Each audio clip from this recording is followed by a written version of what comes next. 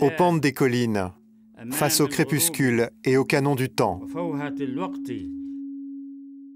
près des jardins aux ombres brisées, nous faisons ce que font les prisonniers, ce que font les chômeurs, nous cultivons l'espoir.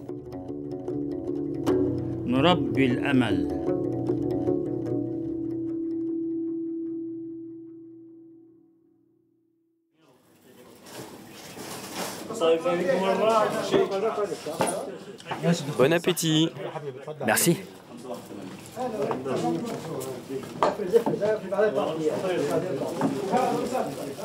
Ah, docteur Oussam, regarde ça. C'est pour moi? Vraiment pour moi?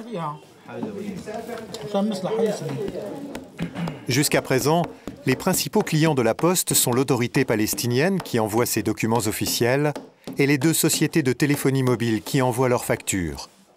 Subventionnée, la Poste est encore loin d'être une réussite économique.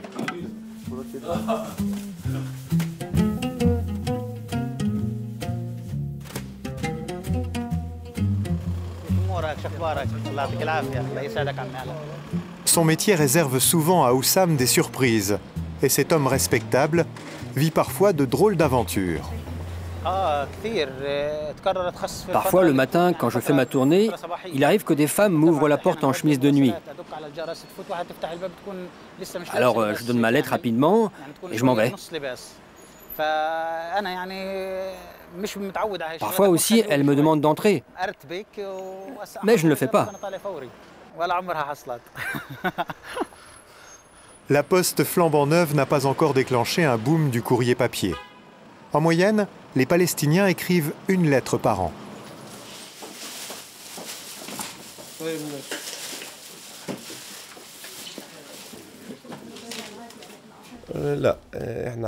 Ici, en Palestine, nous ne sommes pas très habitués à écrire des lettres. Nous envoyons des lettres surtout dans deux cas.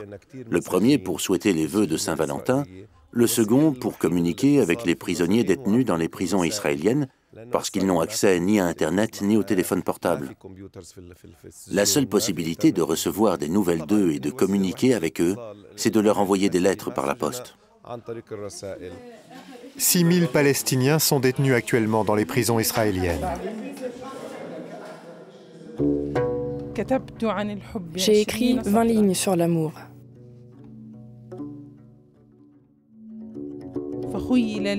Et il m'a semblé que cette occupation reculait de 20 mètres.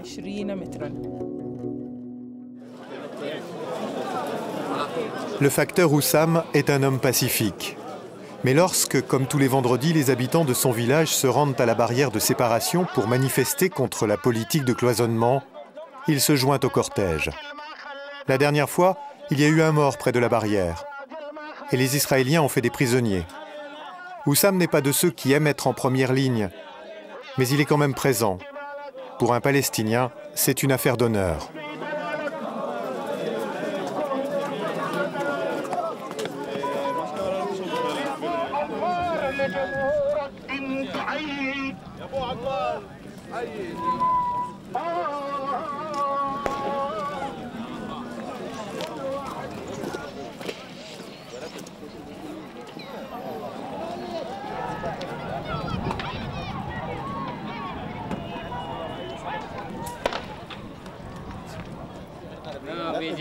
اليوم بروح تلا الجنوب ايوه تلا الجنوب شكل الهواء جاي علينا لا لا لا لا هذا الشمالي بيجي هذا بيجي جنوب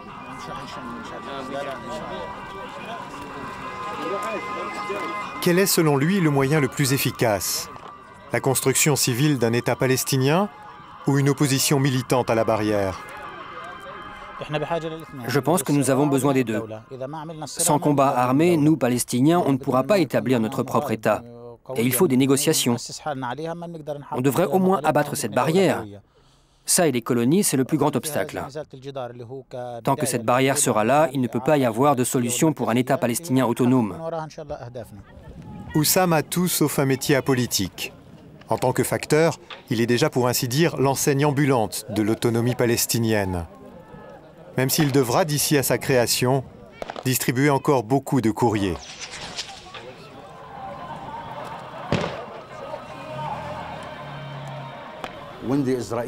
À partir du jour où les Israéliens enlèveront leurs mains de notre poste, à partir de ce jour-là, nous serons en mesure d'effectuer correctement notre travail. Nous avons un très bon réseau, une équipe professionnelle. Nous avons investi dans la formation. Maintenant, il ne nous reste plus qu'à nous débarrasser des Israéliens et de leur contrôle. À partir de là, nous pourrons assurer de manière professionnelle tous les services postaux imaginables, comme n'importe quel autre poste, sans retard, librement et rapidement. Comme n'importe quel autre pays, comme n'importe quel autre peuple.